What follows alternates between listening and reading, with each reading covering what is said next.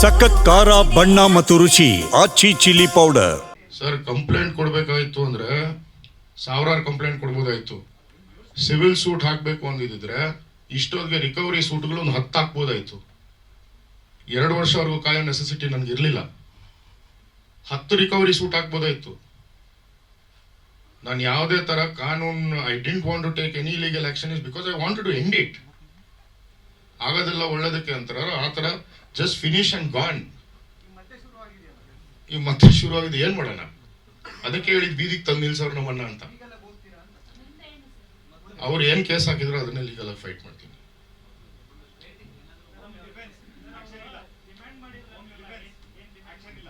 Sir, ನಾನು action ತಗೊಂಡ್ರೆ ಅವ್ರು ತಡೆಯೋಕ್ಕಾಗಲ್ಲ, ಯಾಕಂದ್ರೆ ಅಷ್ಟು ಪ್ರೂಫ್ ಇದೆ ನನ್ನ ಹತ್ರ. ನಾನು ತಡೆಯೋಕ್ಕಾಗಲ್ಲ, ನಿಜ ಹೇಳ್ತಾ ಇದ್ದೀನಿ.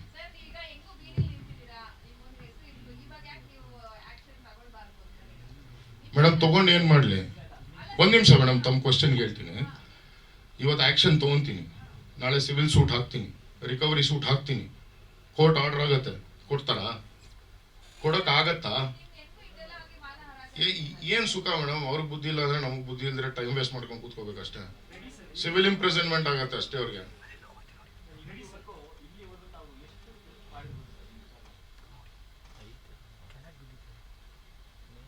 ಅಂದ್ರೆ ಸರ್, ಅರ್ಥ ಆಗಿಲ್ಲ, ಸಾರಿ.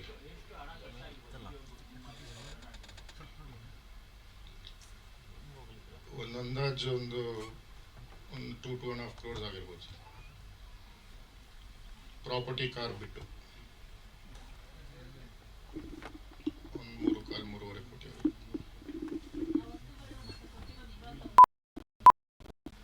ಕಾರ್ ಒಂದು.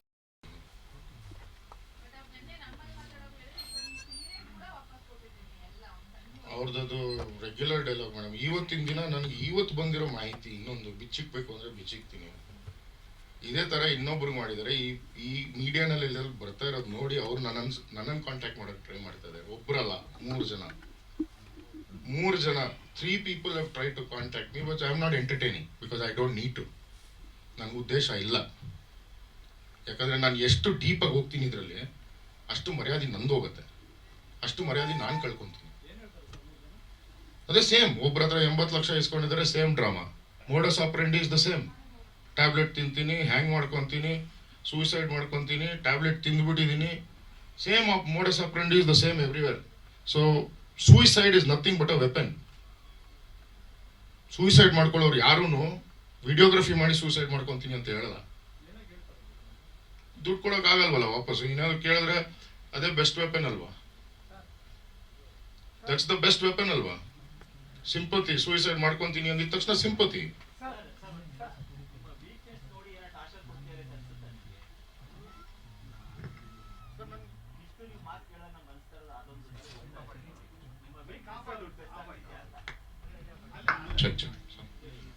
ನನ್ನ ವೀಕ್ನೆಸ್ ಏನಿದೆ sir?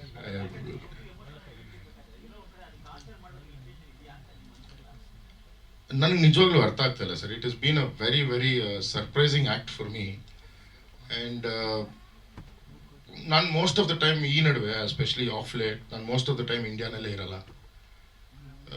several projects, several other projects are happening across the world, in fact.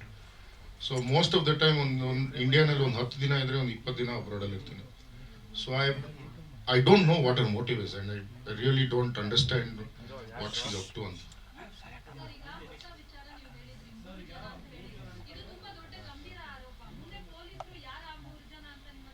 ಅವರೇ ಬರ್ತಾರೆ ಇರಿ ಮೇಡಮ್ ಇಷ್ಟಲ್ಲಿ. ಇಲ್ಲ ಪಾಪ, ಒಬ್ಬರಿಗೆ ಎಂಗೇಜ್ಮೆಂಟ್ ಆಗಿದೆಯಂತೆ, ಅವ್ರ ಹೆಸರು ರಿವೀಲ್ ಮಾಡಬಾರ್ದು ಅಂತ ಹೇಳಿದ್ದಾರೆ. ಸೇಮ್ ಇದೇ ಥರ ರಿಲೇಷನ್ಶಿಪ್ಪಲ್ಲಿ ಇರ್ತೀನಿ, ಮದುವೆ ಆಗ್ತೀನಿ, ಸೇಮ್ ಕತೆ, same modus operandi, same suicide sympathy, same suicide drama.